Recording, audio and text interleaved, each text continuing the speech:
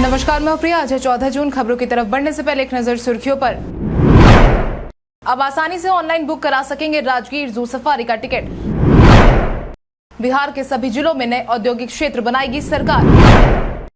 बिहार से गुजरने वाली 14 और ट्रेनों में लगेंगे LHB कोच। बिहार के बड़ी संख्या में वाहन चालकों का ड्राइविंग लाइसेंस होगा रद्द। बिहार के रिटायर्ड कर्मियों के लिए अच्छी खबर। अब चले बढ़ते हैं बिहार की 25 बड़ी खबरों की ओर विस्तार से। अब आसानी से ऑनलाइन बुक करा सकेंगे राजगीर जू सफारी का टिकट। 4 महीने बाद शुरू हुई सुविधा। अगर आप ही घूमने का मन बना रहे हैं तो राजगीर आपके लिए एक अच्छा विकल्प होने वाला है। उत्तर भारत के पहले जू सफारी का आनंद लेने के लिए टिकट बुकिंग के लिए अब तक ऑनलाइन विकल्प नहीं मिल पा रहा था, लेकिन अब घर बैठे बैठे टिकट बुकिंग करवाने का विकल्प मिलने वाला है, जिसके बाद अब अंतर्राष्ट्रीय पर्यटन स्थल राजगीर जू सफारी के लिए ऑनलाइन भी टिकट बुक करवा सकते हैं। सबसे खास बात यह है कि उद्घाटन के लगभग 4 महीने बाद ये सुविधा शुरू हो गई है, जिसके तहत ही अब आप भी राजगीर जू safari.bihar.gov.in पर जाकर टिकट बुक करवा सकते हैं। अभी तक 1000 की संख्या में ऑफलाइन टिकटिंग किया जा रहा था, अब ऑनलाइन टिकटिंग में 40 की व्यवस्था की गई है। इसके सफल हो जाने के बाद वाइल्ड लाइफ जू सफारी में 100% ऑनलाइन टिकट की सुविधा बहाल कर दी जाएगी। बिहार विधान परिषद के लिए 7 MLC का हुआ निर्विरोध निर्वाचन।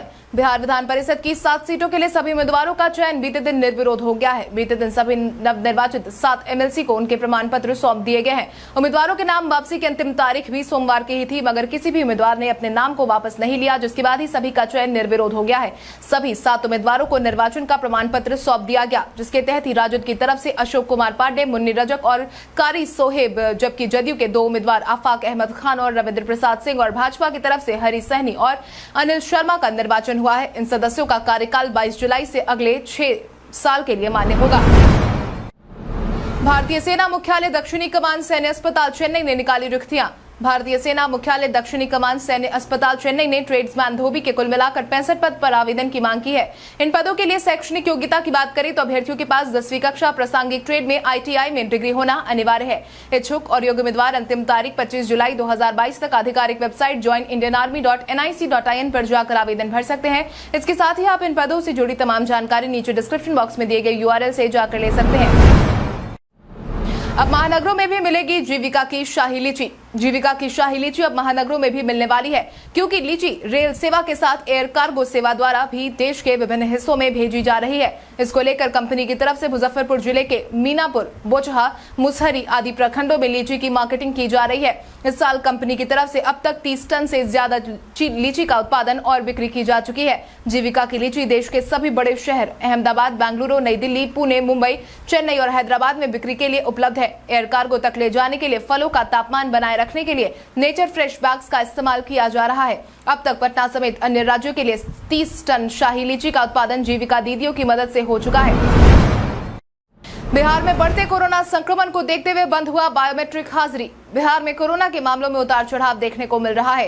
हालांकि बिहार में एक्टिव मामलों की संख्या तेजी से बढ़ती जा रही है। इसी बीच अब बिहार में कोरोना के वर्तमान माहौल को देखते हुए सरकारी कार्यालय में तत्काल बायोमेट्रिक माध्यम से उपस्थिति नहीं दर्ज कराई जाएगी। इसको लेकर गृह विभाग ने आदेश जारी कर दिया है। आदेश में बताया गया है कि बढ़ते कोरोना संक्रमण के चलते सभी सरकारी कार्यालयों में अस्थायी रूप से बायोमेट्रिक माध्यम से हाजिरी बनाने की व्यवस्था को रोक दिया गया है।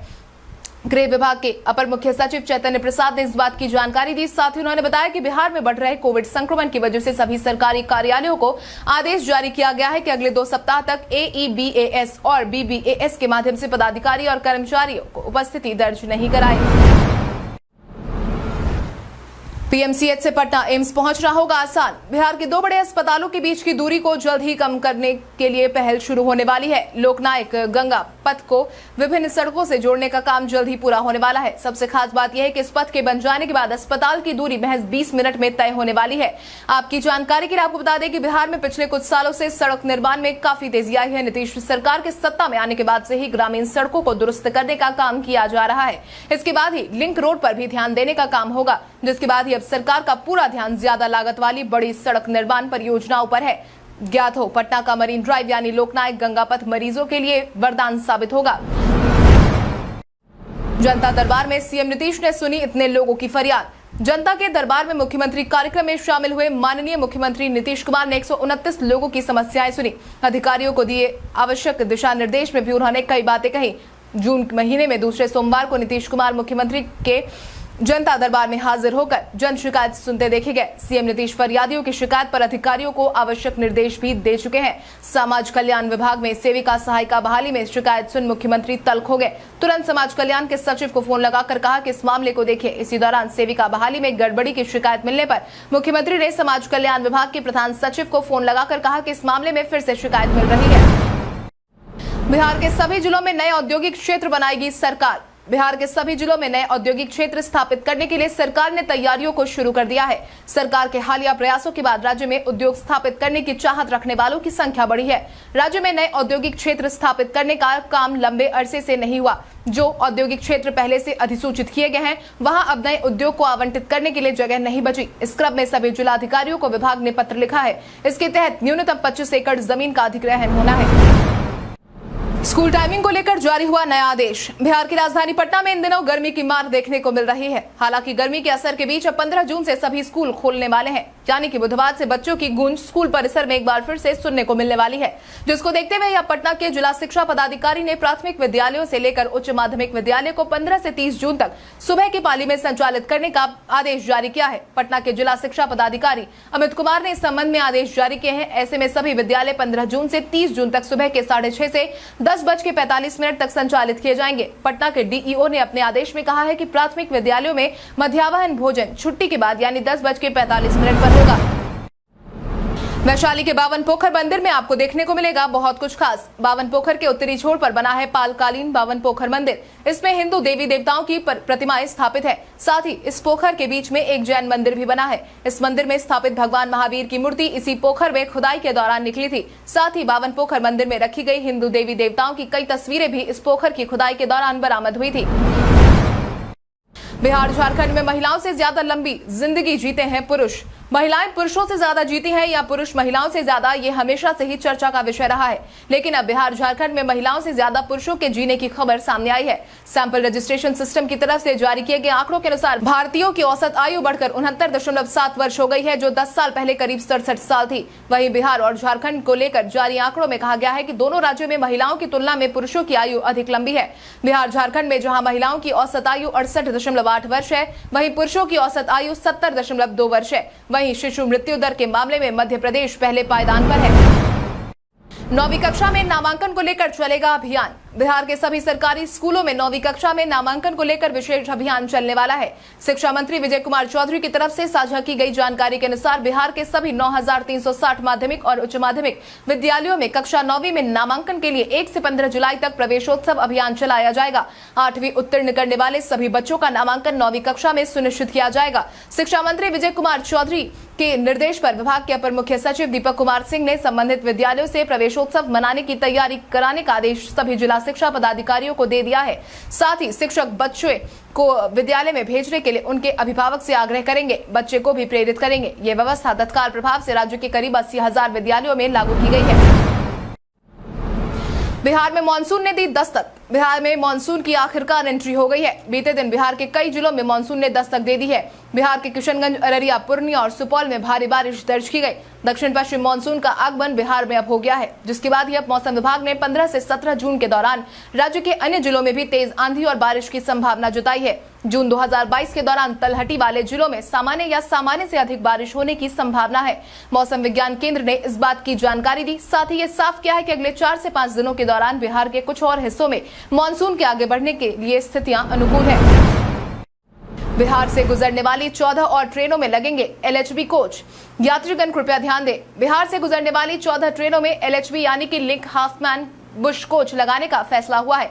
इतना ही नहीं, एलएचबी कोच लगाने की योजना पर तेजी से काम चल रहा है। इससे यात्री सुविधाएं तो बढ़ेंगी ही, बल्कि ट्रेनों की रफ्तार भी पहले के मुकाबले ज्यादा तेज हो जाएगी। रेलवे सूत्रों के अनुसार भागलपुर से प्रस्थान करने वाली या फिर भागलपुर से होकर गुजरने वाली ट्रेनों में, मेल और एक्सप्रेस ट्रेनों में लाल रंग वाली एलएचबी कोच लगाने की योजना है। फिलहाल इन ट्रेनों में ब्लू कलर वाले ICF यानी कि इंटीग्रल कोच फैक्ट्री लगे हुए हैं।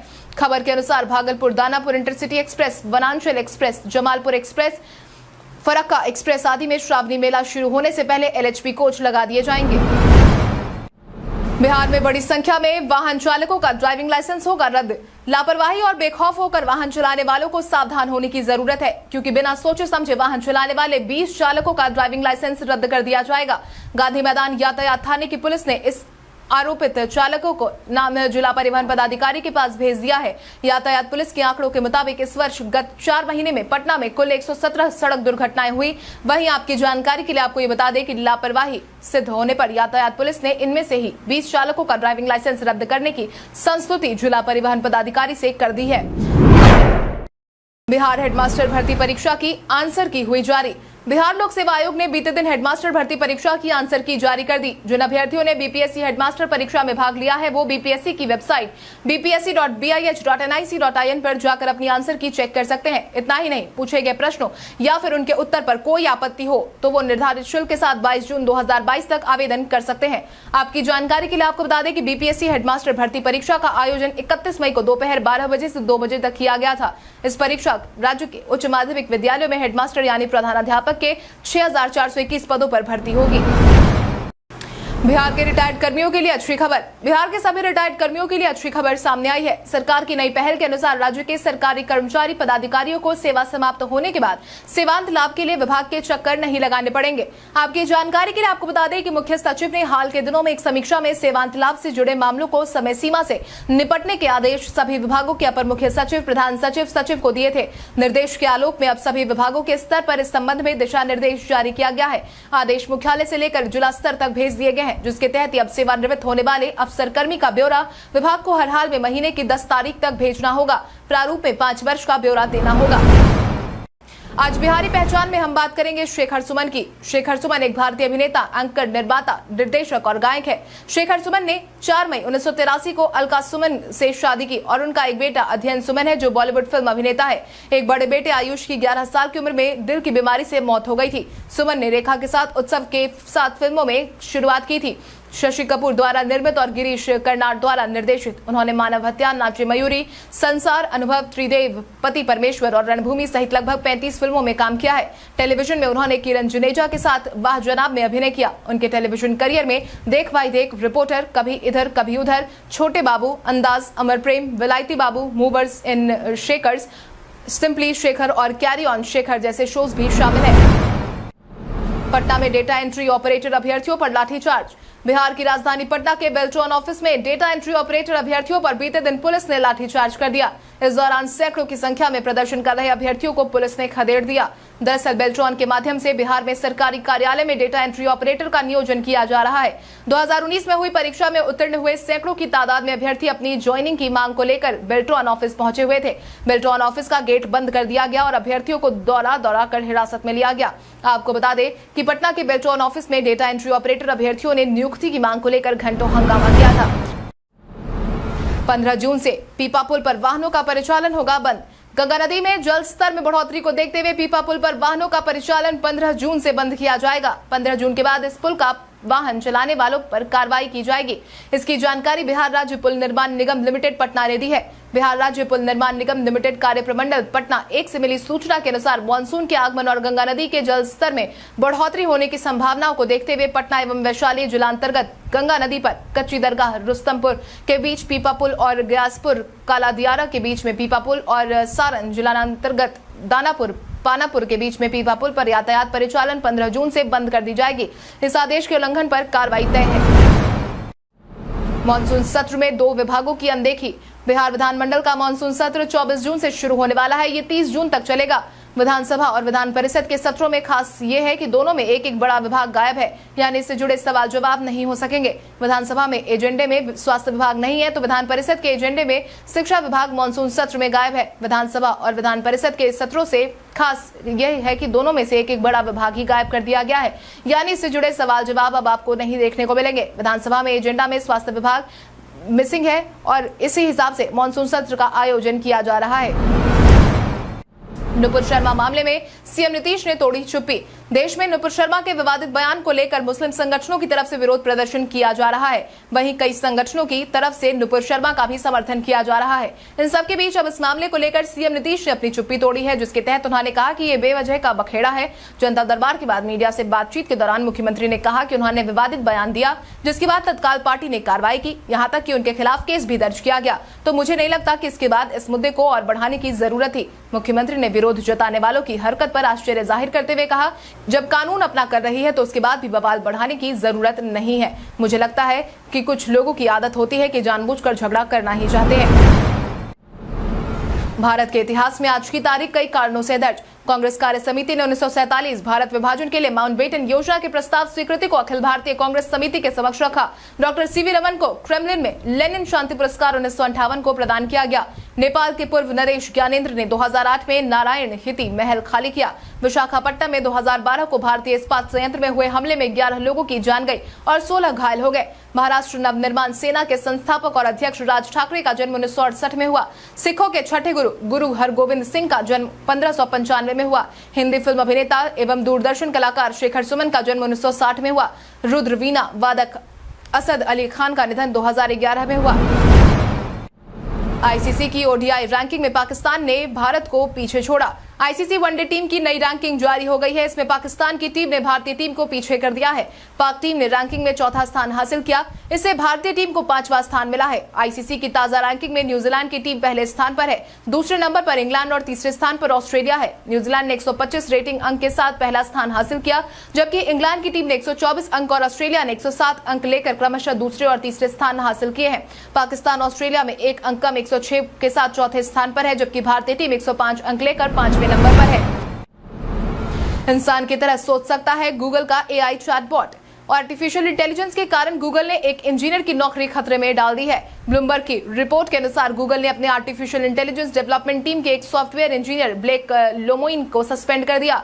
ब्लेक पर आरोप है कि उन्होंने थर्ड पार्टी के साथ कंपनी के प्रोजेक्ट के बारे में कॉन्फिडेंशियल इंफॉर्मेशन को शेयर किया। ब्लेक ने सस्पेंशन के बाद गूगल के सर्वर के बारे में अजीब और चौंकाने वाला दावा किया है। ब्लेक ने सार्वजनिक तौर पर यह दावा किया है कि यह एआई चैटबॉट एक इंसान की तरह सोच भी सकता है। कल हमारे द्वारा पूछे गए सवाल का जवाब आप में से बहुत सारे यूजर ने हमें कमेंट करके दिया था, उसके लिए आपका बहुत बहुत धन्यवाद। आप में से जिन यूजर ने हमारे सवालों का सही जवाब दिया है उनके नाम है सोनी कुमारी, विवेकानंद सिंह, कार्तिक राज, महेश कुमार यादव, सोनाली सिन्हा, विपिन बिहारी, जितेंद्र ठाकुर, अर्पण कुमार, सोनी कुमारी, सुजीत कुमार। आप इसी तरह हमारे सवालों का जवाब देते रहे। हम हर दिन वीडियो के अंत में आपका नाम लेने की पूरी कोशिश करेंगे। तो चलिए बढ़ते हैं आज के सवाल की। और आज का सवाल कुछ इस प्रकार है, आपके अनुसार आज भारत बनाम साउथ अफ्रीका के बीच खेले जाने वाले मैच को भारतीय टीम जीत पाएगी या नहीं? अपने जवाब हमें कमेंट करके जरूर बताएं। इसके साथ ही आज के लिए बस इतना ही। बिहार की बड़ी खबरों से अपडेटेड रहने के लिए हमारे YouTube चैनल को सब्सक्राइब करें और बेल आइकन दबाना ना भूलें। धन्यवाद।